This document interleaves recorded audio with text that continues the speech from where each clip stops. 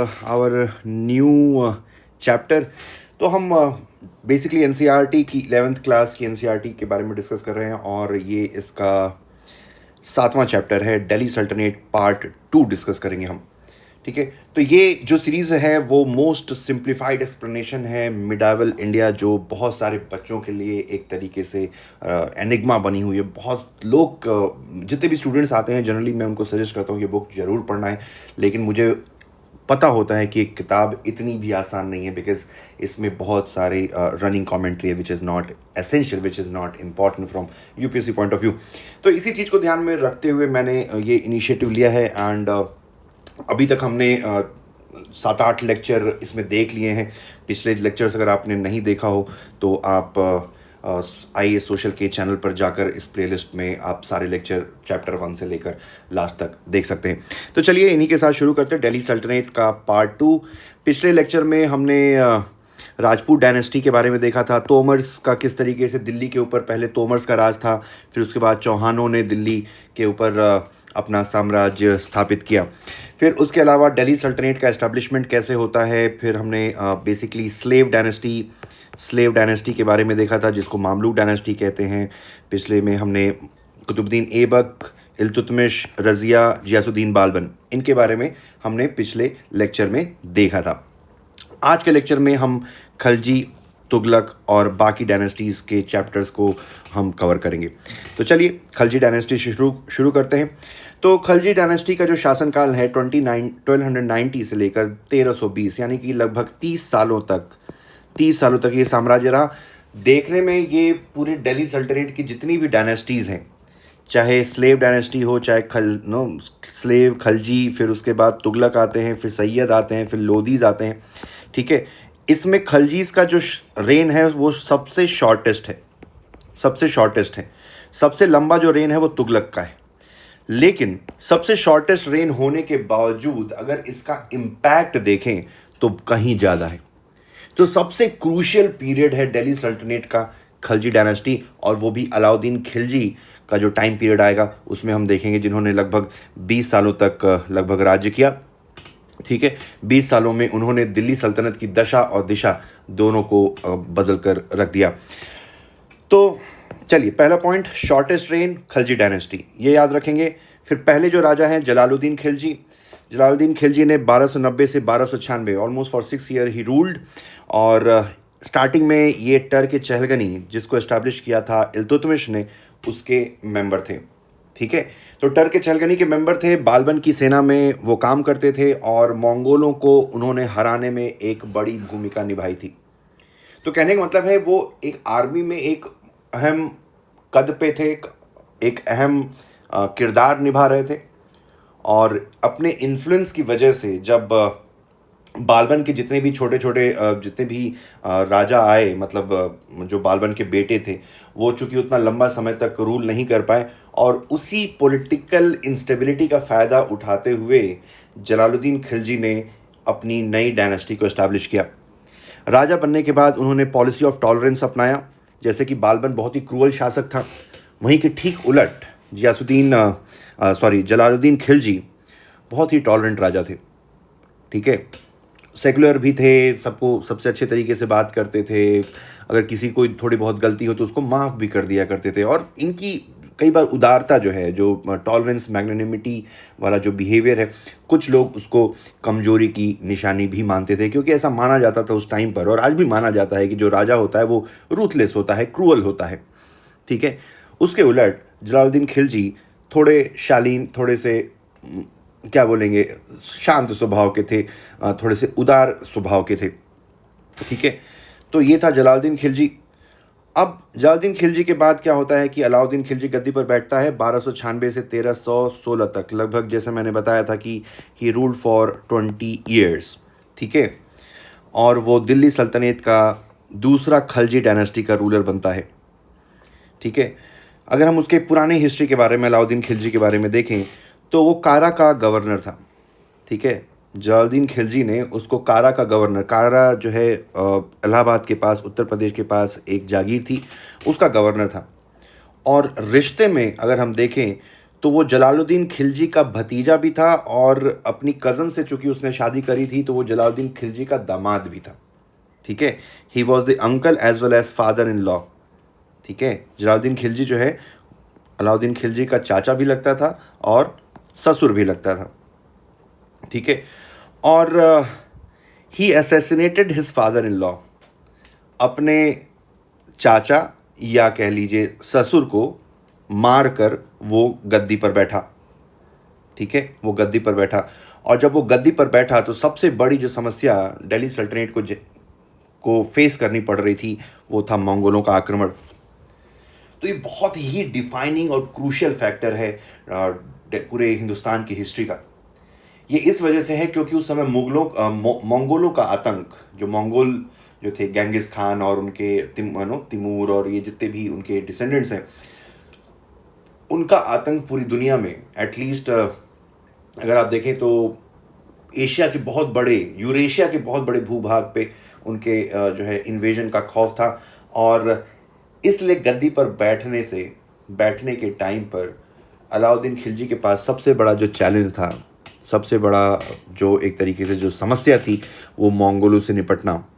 और इसी थ्रेट को ध्यान में रखते हुए उन्होंने अपनी एडमिनिस्ट्रेटिव सिस्टम को अडॉप्ट किया। ठीक है, और वो जितने भी इनिशिएटिव हम आगे वाले स्लाइड्स में देखेंगे इस लेक्चर में, उसमें आप देखोगे कि मंगोलों के इन्वेजन को ही टैकल करने के लिए उन्होंने बहुत सारे मेजर्स अपनाए। ठीक है, तो ये ध्यान में रखेंगे, आगे का जो भी डिस्कशन होगा वो ध्यान रखेंगे कि मंगोलों का थ्रेट, इस चीज़ को बैकग्राउंड में रखते हुए हम अलाउद्दीन खिलजी के सारे इनिशिएटिव्स को समझने की कोशिश करेंगे। ठीक है, तो गद्दी पर बैठने के बाद सबसे पहला जो चैलेंज है, जैसा कि बालबन के सामने जो चैलेंज था कि टर्क चहलगनी को किस तरीके से कंट्रोल करें। जैसा कि मैंने बताया था पिछले लेक्चर में, हमने देखा था कि टर्क चहलगनी को बनाया था इल्तुतमिश ने। रीज़न था कि भाई ये लोग होंगे, ये बेसिकली 40 ट्रस्टेड स्लेव्स कह लीजिए या पीपल फ्रॉम नोबिलिटी, ये 40 लोग होंगे जिनका काम होगा राजा को असिस्ट करना। लेकिन बाद में हमने देखा था कि इनका काम था राजा को राज्य करने में मदद करना। लेकिन कई बार क्या हुआ कि ये लोग they emerge as a parallel centre of power, they started overshadowing the authority of the king. कई बार राजा के खिलाफ ये लोग अपना कुछ षड्यंत्र रचते रहते थे। राजा के बाद किस बेटे को गद्दी पर बिठाना है, किस बेटे को मार देना है, ये सारी चीज़ों में इनका इन्वॉल्वमेंट हो गया था।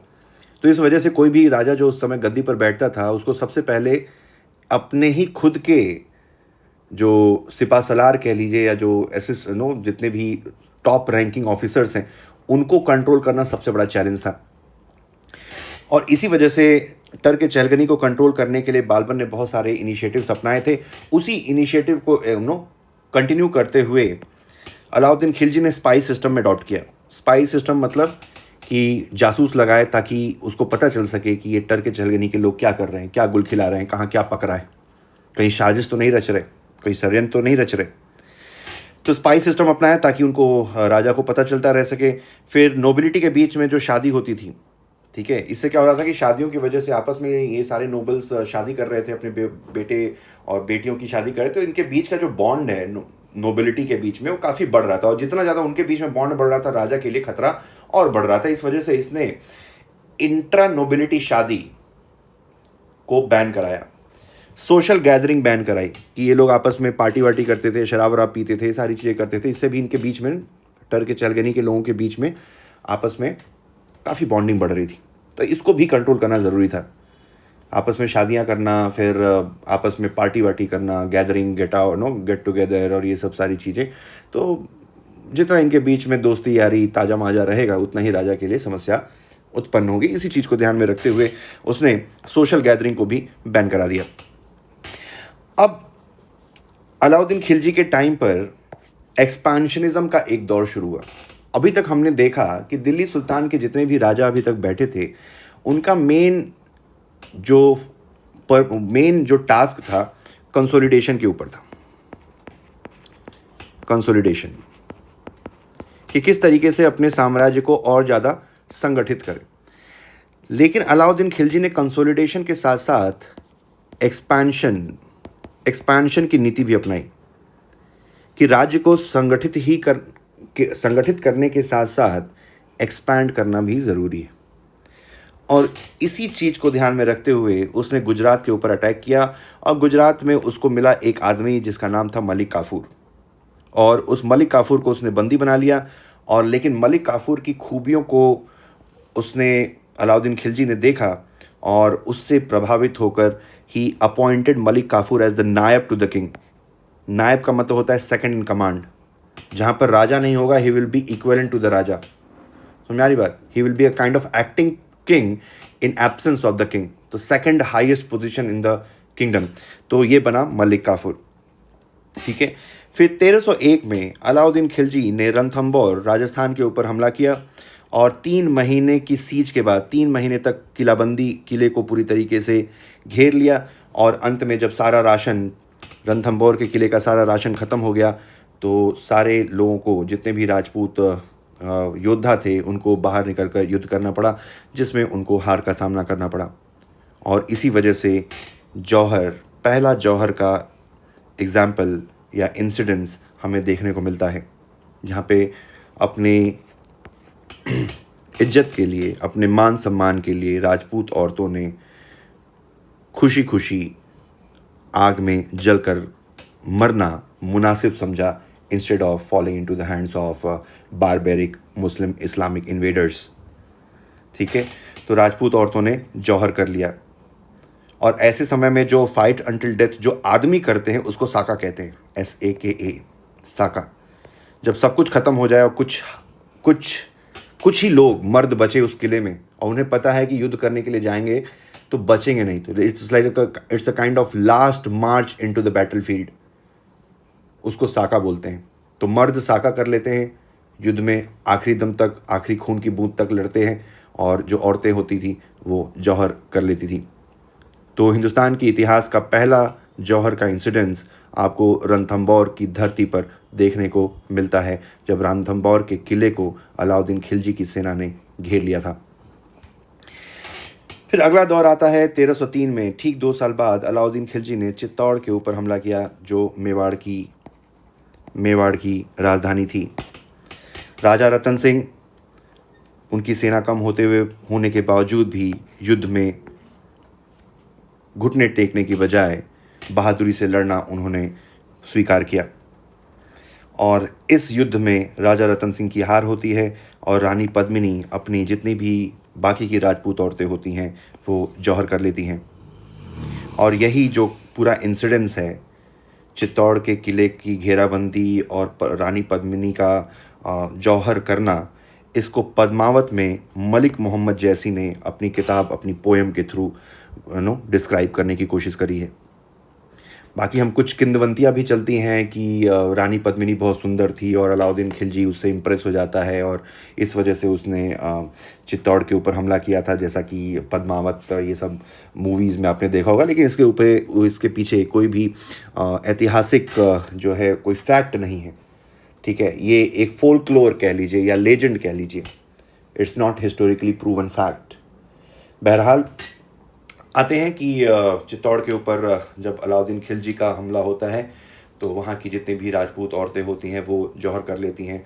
और जैसा कि मैंने बताया था कि जो मर्द होते हैं वो साका में लड़ते हुए अपने प्राणों की आहुति दे देते हैं। मलिक मोहम्मद जैसी ने इसको लिखा है। मलिक मोहम्मद जैसी शेर शाह सूरी के टाइम पर से बिलोंग करते हैं। इन्होंने इस पूरे इंसिडेंट्स को कविता के माध्यम से हमारे सामने प्रस्तुत करने की कोशिश करी है, और उस पोइट्री का नाम, उस कलेक्शन ऑफ पोएम का नाम है पद्मावत। फिर आगे एक्सपेंशन देखते हैं। तो मलिक काफूर, जिसका नाम 1000 दिनारी था, तो 1000 दिनारी एक टाइटल थी मलिक काफूर की, ये डेक्कन में अपने एक्सपेंशन को बढ़ाने की कोशिश करता है। तो डेक्कन में अभी तक दिल्ली सल्तनत का कंट्रोल नहीं था। अलाउद्दीन खिलजी के टाइम पर अलाउद्दीन खिलजी का मिलिट्री जनरल, जिसका नाम था मलिक काफूर, उसने डेक्कन में मिलिट्री कैंपेन की शुरुआत करी। उसने यादवाज ऑफ देवगिरी को हराया। यादवाज ऑफ देवगिरी बेसिकली यहाँ पर साम्राज्य था उनका। फिर ककटियाज ऑफ वारंगल, आंध्र प्रदेश में, ये हो गया वारंगल, ये हो गया यादवाज ऑफ देवगिरी। होयसालाज आपके कर्नाटक रीजन में, होयसालाज यहाँ पर हो गए, एंड पांड्याज आपके हो गए तमिलनाडु में। तो लगभग साउथ की जितनी भी प्रोमिनेंट किंगडम थी, प्रोमिनेंट डायनेस्टीज थी, उनको हराने का काम मलिक काफूर ने किया और उनको साम्राज्य में मिलाया भी। बाद में अलाउद्दीन खिलजी के मरने के बाद काफूर को भी उसके खुद के नोबल्स ने मार दिया। ठीक है, अलाउद्दीन खिलजी के मरने के बाद Malik Kafur was also assassinated by his own fellow members. ठीक है, अब हम आगे चलते हैं, अलाउद्दीन खिलजी के टाइम पर लिए गए इनिशिएटिव्स की बात करते हैं जो कि बहुत ही इंपॉर्टेंट है। तो पहली बात यह है कि अलाउद्दीन खिलजी ने एक सेकुलर स्टेट को एस्टैब्लिश किया। सेकुलर स्टेट का मतलब है कि जो धर्म गुरुज हैं, जिनको उलेमा बोलते हैं, उनका पॉलिटिक्स और एडमिनिस्ट्रेशन में कोई इंटरफेरेंस नहीं होगा। ठीक है, तो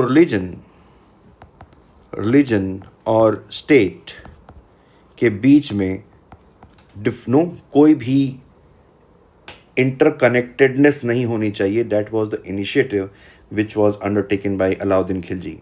अब इसका ये मतलब नहीं है कि अलाउद्दीन खिलजी कोई बहुत सेकुलर राजा था, बस उसको चाहिए था कि धर्म गुरुओं का इंटरफेरेंस नहीं होना चाहिए।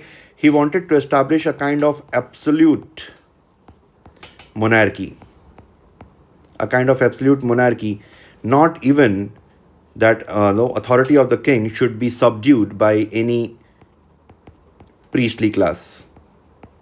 ठीक है, इस चीज़ को ध्यान में रखते हुए उसने इनिशिएटिव्स लिए जिससे उसने स्टेट को रिलीजियस इन्फ्लुएंस से पूरी तरीके से अलग कर दिया। ठीक है, तो पहले क्या क्या किया वो देखते हैं। तो उसने अब्बासिद खलीफेट का जो नाम सिक्कों पर होता था उसको हटा दिया। ठीक है, अब्बासिद खलीफेट का नाम was dropped from the coins issued by Alauddin Khilji, और he himself started calling himself as the right hand of the caliph. अपने आप खुद को उसने खलीफेट का राइट हैंड डिक्लेयर कर दिया। He also adopted the title of second Alexander, दूसरे सिकंदर की संज्ञा उसने अडॉप्ट करी। He reduce the influence of उलेमाज from the administration. He established a secular state and he also started the practice of marrying Hindu girls. तो he was the first Delhi sultan जिसने हिंदू औरतों से शादी करने की जो प्रथा है, जो चलन है, उसकी शुरुआत करी। एंड इसी क्रम में उसने देवगिरी की जो राजकुमारी थी उससे शादी करी। देवगिरी यानी कि आज का महाराष्ट्र में एक एरिया है जिसको हम आज के टाइम पर छत्रपति संभाजी नगर भी कहते हैं। ठीक है, औरंगाबाद, संभाजी नगर, ये सारी चीज़ें, तो ये आज के टाइम पर औरंगाबाद मान लीजिए, वहीं पर ये देवगिरी भी मौजूद थी और यहाँ की राजकुमारी से उसे शादी करी। तो देवगिरी की जो प्रिंसेस थी वो यादवा डायनेस्टी की थी, यादवा डायनेस्टी। तो उन्होंने, अलाउद्दीन खिलजी ने यादवा डायनेस्टी की जो राजकुमारी उनसे शादी करी। दूसरा इनिशिएटिव है मंगोल इन्वेजन से टैकल करना। ठीक है, तो 1306 में पहली बार, ठीक है, अलाउद्दीन खिलजी के शासन में पहली बार मंगोलों का हमला हुआ और ऑलमोस्ट मंगोल जो है दिल्ली तक पहुंच गए और दिल्ली को पूरी तरीके से घेर लिया। तो Delhi was almost put under seize. जो मंगोल जनरल था जिसका नाम था ख्वाजा, वो दिल्ली तक पहुंच गया अपनी सेना लेकर, और ये हमला इतना ज़्यादा सरप्राइजिंग था कि राजा को खुद को अपनी जान बचाकर, यानी अलाउद्दीन खिलजी को खुद अपनी जान बचाकर, जो उसने एक नया किला बनाया था सीरी फोर्ट, वहाँ पर पनाह लेनी पड़ी। Siri fort was constructed by Alauddin Khilji. ठीक है, वो इसीलिए किला बनाया गया था ताकि अगर मंगोलों का हमला हो तो जान बचाकर वहाँ पर शरण ले सकें, छुपा जा सके। तो खैर, जब मंगोलों ने दिल्ली को पूरी तरीके से घेर लिया, दिल्ली की पूरी तरीके से किलाबंदी कर दी, तो अपनी जान बचाकर अलाउद्दीन खिलजी जाकर छुपता है सीरी फोर्ट में। अब ये चीज़ काफ़ी अलाउद्दीन खिलजी के लिए अलार्मिंग थी और उसने मंगोल का जो थ्रेट है, ठीक है, जो समस्या है, जो प्रॉब्लम है, उसके बारे में अंदाज़ा तो था, लेकिन इल्म इतना नहीं था कि कितना भीषण, कितना खतरा है, कितना खतरनाक हो सकता है। और इसी के बाद उसने बहुत सारे इनिशिएटिव्स लिए। उसने ये समझ लिया कि भाई मंगोलों से अगर हमें लड़ना है तो उसे एक स्ट्रॉन्ग स्टैंडिंग आर्मी चाहिए। स्टैंडिंग आर्मी मतलब एक तरीके से परमानेंट आर्मी जिसको राजा खुद ही सैलरी डायरेक्टली दे। तो देखिए पुराने टाइम पर क्या होता था कि दो तरीके की आर्मी होती थी। एक होती थी स्टैंडिंग आर्मी, ठीक है, स्टैंडिंग आर्मी या परमानेंट आर्मी जिसको राजा जो है खुद हायर करता था, खुद ही उनको सैलरी वैलरी राजा खुद देता था। दूसरी होती थी feudal army basically feudal lords के अंदर होती थी, और जब भी राजा को युद्ध के टाइम पर ज़रूरत पड़ती थी तो ये फ्यूडल लॉर्ड अपनी सेना राजा की सेवा में प्रस्तुत करते थे।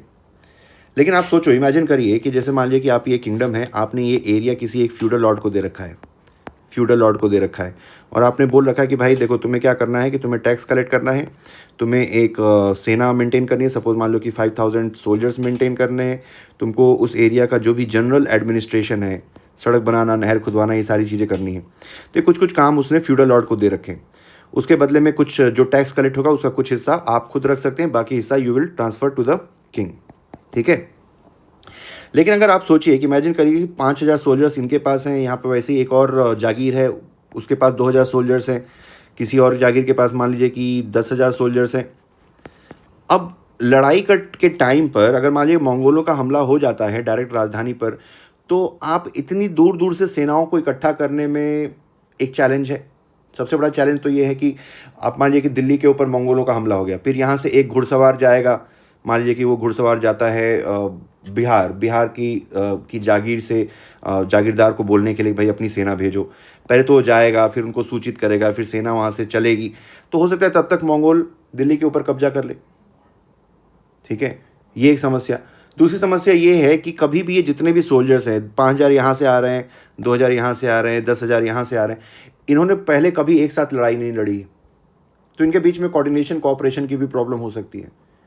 तो इस समस्या को सॉल्व करने के लिए इट वॉज इम्पॉर्टेंट कि राजा खुद ही एक बड़ी सेना मेंटेन करे, standing army, permanent standing army, directly under him, ठीक है। लेकिन बड़ी सेना रखने के पीछे एक सबसे बड़ी समस्या ये होती है कि भाई अगर मान लीजिए कि अगर 10 साल तक लड़ाई नहीं हुई तो आपको इतनी बड़ी सेना को सैलरी देनी पड़ेगी, इससे आपका खजाना खाली हो सकता है। तो it was a big challenge. उसी चीज़ को टैकल करने के लिए अलाउद्दीन खिलजी ने सोचा कि अगर मैं महंगाई को कंट्रोल कर लूँ किसी भी तरीके से, तो मैं एक बड़ी सेना कम सैलरी देकर, सोल्जर्स को कम सैलरी देकर बड़ी सेना मेंटेन कर सकता हूँ, ठीक है। भाई आपकी salary is directly related to the inflation, cost of living. अगर कॉस्ट ऑफ लिविंग सस्ती है तो कम सैलरी में भी मैं सेना मेंटेन कर सकता हूँ। जैसे छोटे शहर में जो मिनिमम वेज होती है वो मान लीजिए कि 600 रुपये, बड़े शहर में वो मिनिमम वेज 900 रुपये हो जाती है। वो इसी वजह से होती है कि भाई बड़े शहर में कॉस्ट ऑफ लिविंग ज़्यादा है, तो आपको अगर आप आपने कोई लेबर रखा अपने यहाँ पे एक दिन के लिए, तो उसको आपको कम से कम 900 रुपये, 1000 रुपये देने पड़ेंगे। तो अलाउद्दीन खिलजी ने ये सोचा कि भाई अगर मुझे बड़ी सेना रखनी है और उसको सैलरी देनी है, तो एक तरीका ये है कि मैं कॉस्ट ऑफ लिविंग को कंट्रोल कर लूँ, और कॉस्ट ऑफ लिविंग को कंट्रोल करने के लिए इन्फ्लेशन रेट्स को कम कर लूँ। अब इन्फ्लेशन को कंट्रोल करने का सीधा तरीका ये है कि भाई मैं चीज़ों के दाम फिक्स कर दूँ, ठीक है। तो इसी चीज़ को मंगोल्स थ्रेट को टैकल करने के लिए एक बड़ी स्टैंडिंग आर्मी की ज़रूरत थी, और उस बड़ी स्टैंडिंग आर्मी को मेंटेन करने के लिए इन्फ्लेशन को कंट्रोल करना ज़रूरी था। और इन्फ्लेशन को कंट्रोल आप तभी कर सकते हैं जब आप चीज़ों के दाम खुद सरकार तय करने लगे, ठीक है। इसी वजह से उसने पहला इनिशिएटिव लिया मार्केट कंट्रोल, और ये एक तरीके से उस टाइम का अजूबा माना जाता है, ठीक है। इसमें क्या है कि चीज़ों के जितने भी इंपॉर्टेंट चीज़ें थी, राशन का, घोड़े का, हर चीज़, लगभग मोस्ट ऑफ द चीज़ें, उनका प्राइस जो है सरकार, गवर्नमेंट डिसाइड करती थी। Government used to decide prices of the commodities. इसके पीछे ऑब्जेक्टिव क्या था? जैसा कि हमने देखा कि इन्फ्लेशन को कंट्रोल किया जा सके, ताकि एक बड़ी सेना मेंटेन की जा सके, ताकि मंगोलों से दो हाथ कर सके। और इस प्राइस कंट्रोल को इम्प्लीमेंट करने के लिए उसने साहना मंडी, एक ऑफिसर को एक ऑफिसर को ये जिम्मेदारी दी जिसका नाम था साना मंडी, जिसका काम था कि प्राइस रेगुलेशन, जो भी चीज़ों के दाम हैं वो इंश्योर करना कि दुकानदार उसी दरों पर चीज़ों को बेच रहे हैं कि या नहीं बेच रहे हैं, कि ऐसा तो नहीं कि कोई दुकानदार महंगे दरों पर चीज़ों को बेच रहा है। तो उसके लिए एक ऑफिसर मेंटेन किया साना मंडी, और साना मंडी के अंदर बहुत सारे जासूस लगाए गए जिनका नाम था मुनियाज़। ठीक है, तो इन मुनियाज़ का काम था कि मार्केट पर नज़र रखें, दुकानदारों पर नज़र रखें कि हर दुकानदार जो सरकार द्वारा तय हुई दरें हैं चीज़ों की, उन्हीं दरों पर चीज़ों को लोगों तक बेच रहा है। कोई ऐसा तो नहीं कि कोई बढ़ा चढ़ा कर चीज़ों को बेच रहा है या कोई होर्डिंग कर रहा है, कोई प्राइस को मैनिपुलेट करने की कोशिश कर रहा है। ठीक है, अगला जो इनिशिएटिव है लैंड रेवेन्यू। तो लैंड रेवेन्यू के लिए उसने इंट्रोड्यूस किया डायरेक्ट रेवेन्यू कलेक्शन, कि कोई भी इंटरमीडियरी नहीं होनी चाहिए, डायरेक्ट जो है स्टेट। पहले क्या होता था, स्टेट होता था, स्टेट एक मिडिल मैन रखता था जिसका नाम था इक्तेदार। ये जो इक्तेदार होता था वो फार्मर से टैक्स कलेक्ट करता था, फार्मर से पैसा गया यहाँ पर और फिर वो टैक्स कलेक्ट करके वो पैसा जाता था स्टेट के पास। तो उसने इक्तेदारी सिस्टम, बेसिकली जो स्मॉल इक्तेदार हैं, छोटे इक्तेदार, जिनको हम कहते थे खूट या मुकद्दम, इनको एबॉलिश कर दिया। ठीक है, जैसा कि हमने पिछले लेक्चर में देखा था कि स्मॉल इक्ता को एबॉलिश करके, स्मॉल इक्ता वॉज एबॉलिश्ड एंड स्मॉल इक्ता लैंड वॉज कन्वर्टेड इनटू खालिसा लैंड। खालिसा लैंड, जिसको हम लोग क्राउन लैंड भी कहते हैं। क्राउन लैंड या खालिसा लैंड वो ज़मीन होती है जिससे जो भी पैसा आता है, जो भी रेवेन्यू आता है, वो राजा के खुद के पर्सनल एक्सपेंसेस के लिए यूज़ होता है। तो राजा के कोष में पैसा जाता है, न कि राज्य कोष में। तो राजा के जो पर्सनल एक्सपेंसेस हैं उसको ओवरसी करने के लिए ये खालिसा लैंड बनाए जाते हैं। ठीक है, तो introduce the practice of direct revenue collection bye abolishing the middle man. फिर he introduced the policy of land measurement by introducing Bissa system. ठीक है, कि अब क्या होगा कि भाई हर किसान की ज़मीन को नापा जाएगा और उसका जो टैक्स लायबिलिटी है फॉर अपकमिंग ईयर वो उसको बताई जाएगी, भाई कि साल के अंत में तुम्हारी इतनी देनदारी है। पहला क्या होता था, पहले कैसे रेवेन्यू कलेक्ट होता था, बटाई सिस्टम से, बटाई या गल्ला बख्शी।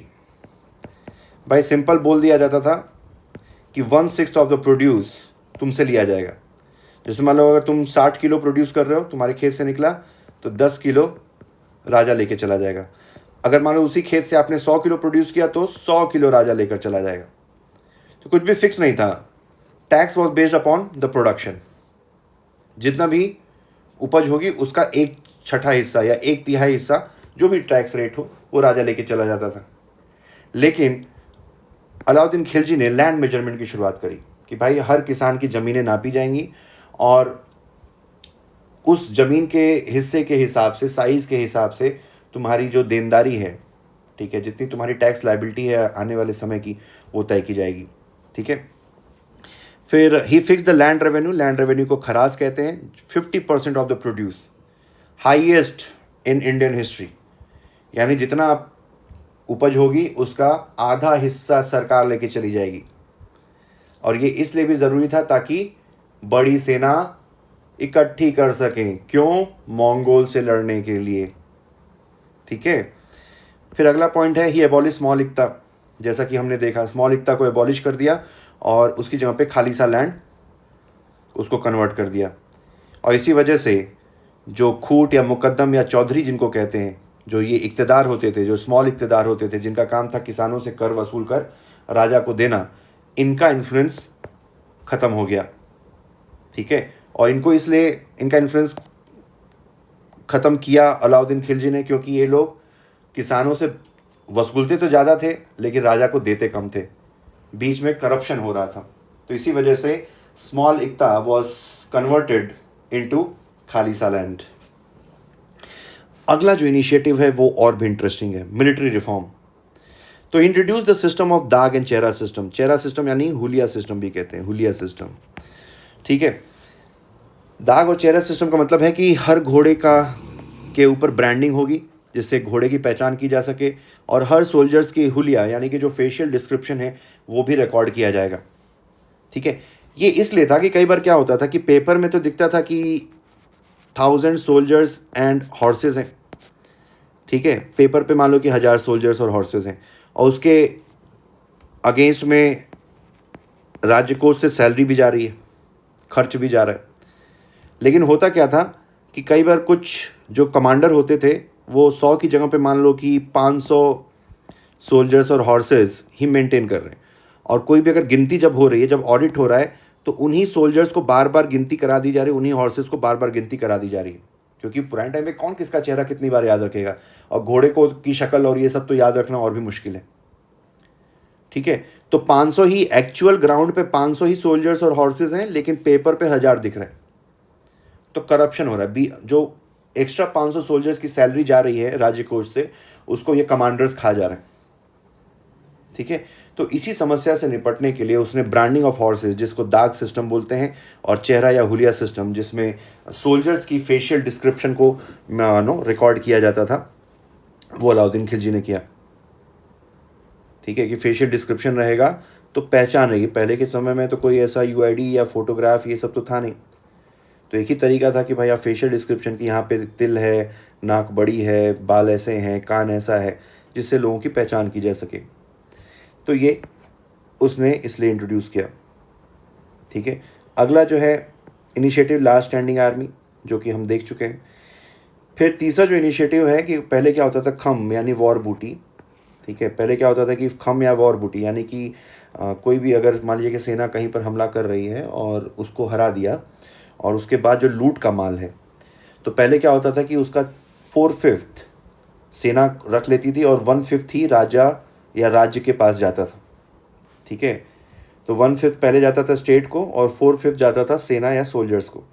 इसको पूरी तरीके से रिवर्स कर दिया अलाउद्दीन खिलजी ने, यानी अब लूट का माल जो भी होगा उसका 1/5वां हिस्सा सोल्जर के पास जाएगा, और 4/5वां हिस्सा जो है 4/5 यानी कि ऑलमोस्ट 80% स्टेट रखेगा और 20% ही सोल्जर्स रखेंगे। ठीक है, फिर जैसा कि हमने पिछली स्लाइड में देखा था कि अलाउद्दीन खिलजी के टाइम पर मंगोल्स ऑलमोस्ट दिल्ली तक पहुंच गए थे, और दिल्ली से मंगोलों को भगाने के पीछे जो सबसे बड़ी वजह है वो ये सारे इनिशिएटिव हैं जो अलाउद्दीन खिलजी ने लिए। एक बड़ी सेना, एफिशिएंट सेना उसने खड़ी करी, सेना से करप्शन हटाया, फिर उन सेना को ट्रेनिंग दी, और जिसके बदले, जिसकी वजह से अलाउद्दीन खिलजी ने एक ऐसी सेना खड़ी करी जिन्होंने मंगोलों को हराने में, मंगोलों को दिल्ली से वापस हिंदुस्तान की सीमा के उस पार ढकेलने में एक बड़ी निर्णायक भूमिका निभाई। अलाउद्दीन खिलजी के ही दरबार में एक बहुत ही इम्पोर्टेंट सूफ़ी पोएट थे जिनका नाम था अमीर खुसरो। अमीर खुसरो निज़ामुद्दीन औलिया के शागिर्द थे। निज़ामुद्दीन औलिया एक चिश्ती सिलसिला के सूफ़ी संत हैं, इनके बारे में हम पिछले लेक्चर में देख चुके हैं। फिर अमीर खुसरो अलाउद्दीन खिलजी के कोर्ट में थे। अमीर खुसरो ने कव्वाली, इंडिया में कव्वाली को इन्वेंट किया, गज़ल को इंडिया में इंट्रोड्यूस किया, तराना करके एक संगीत होता है उसको इन्वेंट किया, ख्याल करके एक टाइप का संगीत होता है उसको इन्वेंट किया, तबला का इन्वेंशन किया, सितार का इन्वेंशन किया, उर्दू का इन्वेंशन किया, खड़ी बोली का इन्वेंशन किया, और इन सारे कंट्रीब्यूशन की वजह से उनको पैरट ऑफ इंडिया या तूते हिंद भी कहा जाता है। उन्होंने कुछ नए रागों का भी निर्माण किया, जैसे घोड़ा एंड सनम। ये कुछ अगर आपने म्यूज़िक के बारे में पढ़ा होगा आर्ट एंड कल्चर में, तो आपको पता होगा राग क्या होते हैं। तो घोड़ा और सनम करके 2 राग अमीर खुसरो ने इन्वेंट किए। अमीर खुसरो ने तुगलकनामा लिखी जो गियासुद्दीन तुगलक के ऊपर है। उन्होंने खज़ाइनुल फुतू लिखी। खज़ाइनुल फुतू बेसिकली अलाउद्दीन खिलजी की जितनी भी युद्ध में जीत है उसका एक रिकॉर्ड है, हिस्टोरिकल रिकॉर्ड है। उन्होंने नू सिफिर लिखी जो कि एक पोइट्री के ऊपर किताब है। उनके कुछ फेमस गाने भी हैं, छाप तलक सब छीनी तो से नैना मिलाए के, एक गाना सुना होगा आपने, ये अलाउद्दीन खिलजी ने लिखा था। फिर जेहाल मस्किन मुकुन वरंजिश, हमारा दिल या तुम्हारा दिल है, या तुम्हारा दिल या हमारा दिल है, सुनाई देती है जिसकी धड़कन, हमारा दिल या तुम्हारा दिल है, ऐसे करके एक गाना है। वो भी अलाउद्दीन खिलजी ने माफ़ कीजिएगा अमीर खुसरो ने लिखा था। ठीक है, तो ये था खलजी के बारे में। अगले लेक्चर में हम तुगलक डायनेस्टी के बारे में देखेंगे। और अगर आपको ये लेक्चर पसंद आया हो तो प्लीज़ इसको कमेंट सेक्शन में ज़रूर बताना, और इसको सब्सक्राइब और लाइक भी कर सकते हैं। अपने दोस्तों के साथ शेयर करिए ताकि ज़्यादा से ज़्यादा लोग देखें लेक्चर्स को। That keeps me motivated and I will keep on making these kind of informative and useful videos for you. So thank you, thanks for watching, have a nice day, all the best.